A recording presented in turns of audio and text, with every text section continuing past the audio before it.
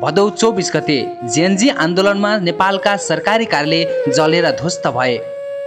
त्यसै आगलागीमा नेपालगञ्जका धेरै सरकारी कार्यालयहरू परे। ट्राफिक प्रहरी पोस्ट नेपालगञ्ज पनि आगलागीमा पूर्ण रूपमा क्षति भयो। अहिले काम अगाडि बढाउने अवस्था छैन। कार्यालयको नाममा आगोले ध्वस्त भएको भवन मात्र देखिन्छ।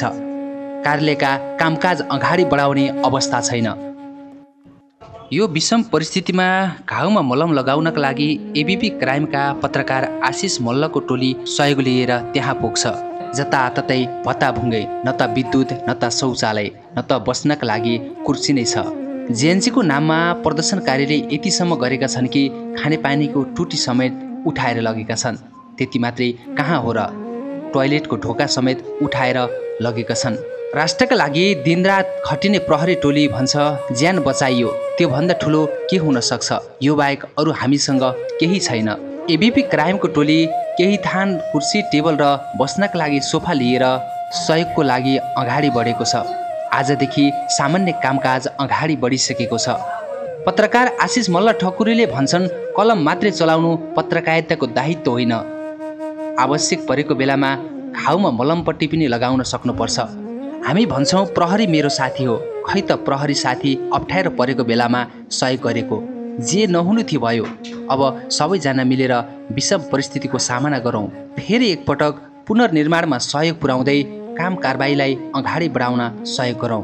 प्रहरी पोस्ट नेपालगञ्जका वरिष्ठ सही नन्दकुमार पोखरेल खुसी हुँदै भन्छन् विषम परिस्थितिमा सहयोग गर्ने पत्रकार टोलीलाई विशेष धन्यवाद भन्दै खुसी व्यक्त गर्छन्।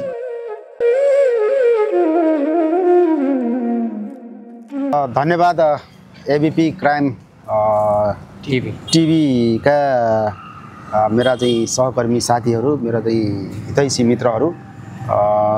यहाँ चाहिँ सबैभन्दा पहिला म केही चाहिँ भन्न चाहन्छु यहाँहरूलाई।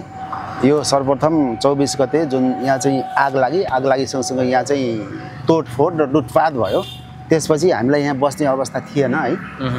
नभइसकेपछि हामी चाहिँ आफन्त कहाँ अथवा चाहिँ आफ्नो चाहिँ बाहिर चाहिँ जहाँ चाहिँ हामीले रुम लिएका छौँ भने त्यसरी चाहिँ बस्नु पर्ने अवस्था थियो कि कार्यालय चाहिँ हाम्रो सञ्चालनमा थिएन। सबै लुटपाटले गर्दा सबै चाहिँ जिरो भइसकेको थियो होइन। यसरी चाहिँ जिरो भएको अवस्थामा हामीले कार्यालय कसरी सञ्चालन गर्ने भन्ने हामीलाई चाहिँ हामी रेडी हालतमा भइसकेपछि पनि हामीले चाहिँ अफिस नभएपछि, कार्यालय सञ्चालन नभएपछि हामीलाई चाहिँ ड्युटी गर्न, हामीलाई चाहिँ आफ्नो काम गर्न, काम कारबाही गर्न चाहिँ अलिकति कठिनाइ थियो।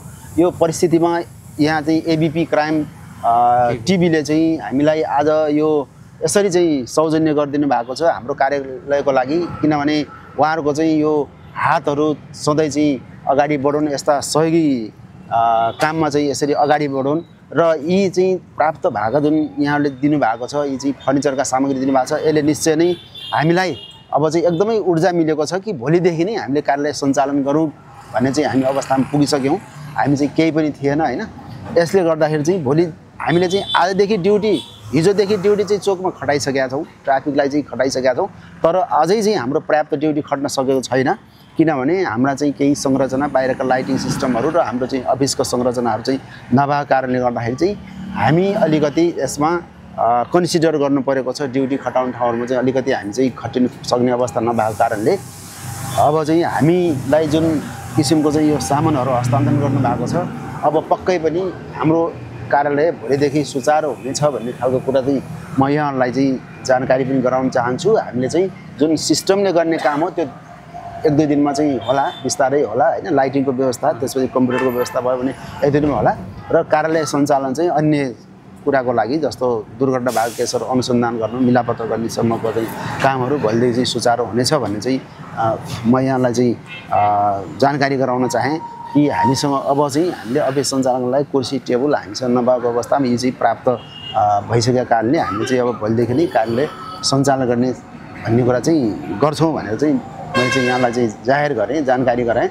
र आउँदा दिनमा पनि यहाँले अझै धेरै छ यो गर्नुपर्ने, अफिसको लागि धेरै छ गर्नुपर्ने होइन। त्यस कारणले अझै चाहिँ यस्तै सहयोगी हातहरू यहाँले चाहिँ अगाडि बढाइदिनु होला। किनभने यहाँ चाहिँ नेपालगञ्जमा सबैभन्दा कुनै पनि अहिलेसम्म सहयोग आदान केही पनि हामीसँग कुनै पनि सहयोग आएको थिएन।